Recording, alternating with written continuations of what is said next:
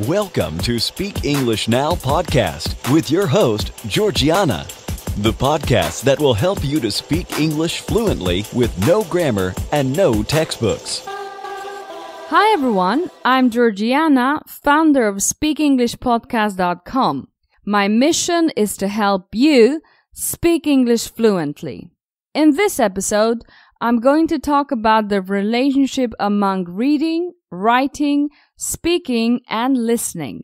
After that, I'm going to tell you a point of view story. Okay, let's get started.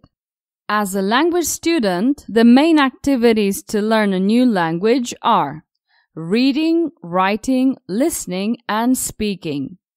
This is what we naturally do in our mother tongue.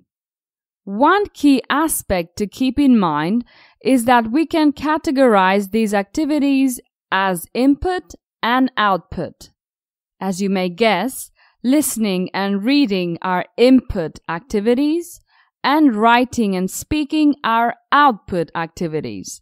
In other words, when you're listening or reading, you are being exposed to the language. And when you're writing and speaking, you are producing the language. The traditional approach tells you that the more you write and speak, the better.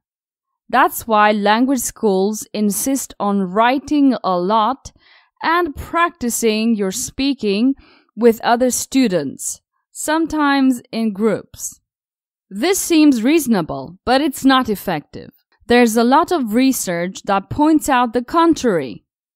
Basically, in order to develop your English, you need to do input activities most of the time.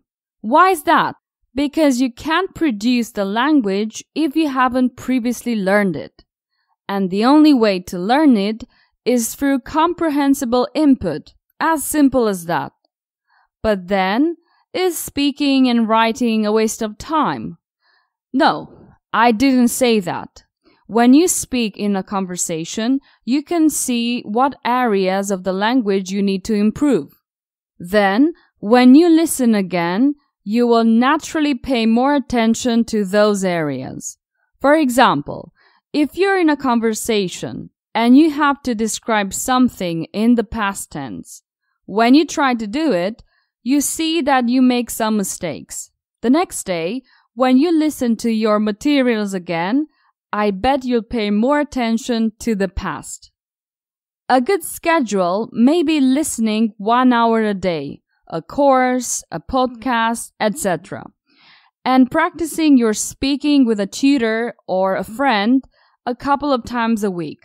You will improve a lot. Last but not least, there's an interesting consequence when you listen and when you read. Listening will naturally help your speaking, and reading will naturally help with your writing. So, if you're interested in developing your speaking, your fluency, you need to listen a lot.